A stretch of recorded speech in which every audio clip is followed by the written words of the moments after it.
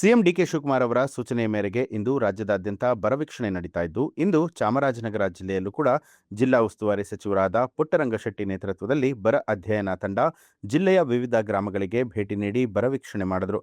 ಈ ವೇಳೆ ಹಳೇಪುರ ಗ್ರಾಮದಲ್ಲಿ ವಿಕಲಚೇತನ ಕುಟುಂಬದ ಸದಸ್ಯರು ಸಚಿವರು ಹಾಗೂ ಜಿಲ್ಲಾಧಿಕಾರಿ ಮುಂದೆಯೇ ನಮಗೆ ಕಳೆದ 6-7 ತಿಂಗಳಿನಿಂದ ವಿಕಲಚೇತನ ಭತ್ಯೆ ಬರ್ತಾ ಇಲ್ಲ, ಇತ್ತ ಮಳೆಯೂ ಕೂಡ ಇಲ್ಲದೆ ಬೆಳೆಯೂ ಕೂಡ ಇಲ್ಲದೆ ಬದುಕು ಮೂರಾಬಟ್ಟೆಯಾಗಿದೆ. ನಾವು ಜೀವನ ಸಾಗಿಸೋದಕ್ಕೆ ಆಗ್ತಾ ಇಲ್ಲ. ನನ್ನ ಮಗುವಿಗೂ ವಿಷ ಕೊಟ್ಟು ನಾವು ವಿಷ ಕುಡಿದು ಸಾಯ್ತೀವಿ ಅಂತ ಹೇಳಿ ತಮ್ಮ ಅಳಲನ್ನ ತೋಡ್ಕೊಂಡಿದ್ದಾರೆ. ರಾಜ್ಯದಾದ್ಯಂತ ಕಳೆದ 6-7 ತಿಂಗಳುಗಳಿಂದ ವೃದ್ಧಾಪ್ಯ, ವಿಕಲಚೇತನ ಸೇರಿದಂತೆ ಸಾಕಷ್ಟು ಫಲಾನುಭವಿಗಳಿಗೆ ಮಾಸಿಕ ವೇತನ ಬಾರದೆ ಜಿಲ್ಲಾಧಿಕಾರಿಗಳ ಕಚೇರಿ, ತಾಲೂಕು ಕಚೇರಿಗೆ ಅಲೆದಾಡ್ತಾ ಇದ್ದಾರೆ.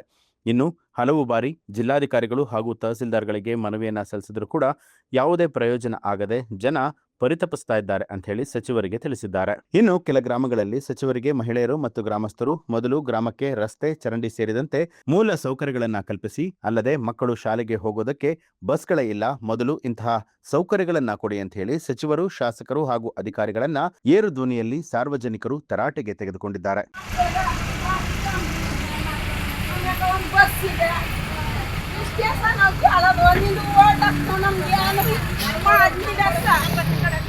ನಾವ್ ಯಾನು ಮಾಡ್ಲಿಲ್ಲ. ನಮ್ ಗಂಡಿಂದು ನೆಮ್ಕ ಓಡ್ ನೋಡಿ ಸರ್, ನಮ್ ಬಟ್ಲ 2 ಮಕ್ಕವ ಓದಕ ನೆಮ್ಮದಿ ಇಲ್ಲ.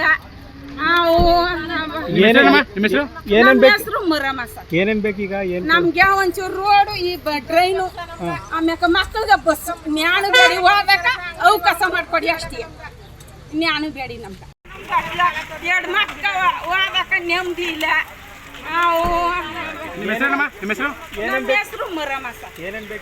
ನಮ್ಗೆ ಒಂಚೂರು ರೋಡು, ಈ ಟ್ರೈನು, ಆಮ್ಯಾಕ ಮಕ್ಕಳಿಗೆ ಬಸ್, ನ್ಯಾನು ಬೇಡಿ ಓದಕ ಅವಕಾಶ ಮಾಡ್ಕೊಡಿ ಅಷ್ಟೇ. ನ್ಯಾನು ಬೇಡಿ ನಮ್ಗ. ಕುಡಿಯೋ ನೀರೆಲ್ಲ ಬರುತ್ತಾ? ಕುಡಿಯೋ ನೀರು ಬರುತ್ತಾ ಸರ್, ಕುಡಿಯೋ ನೀರು ಬರುತ್ತಾ ಅಷ್ಟೇ. ನಮ್ಗ ಇಷ್ಟ ಮಾಡ್ಕೊಡಿ, ಪುಣ್ಯ ಕಟ್ಗಣಿ. ನ್ಯೂಸ್ ಅಲರ್ಟ್, ನಿಮ್ಮಿಂದ ನಿಮಗಾಗಿ.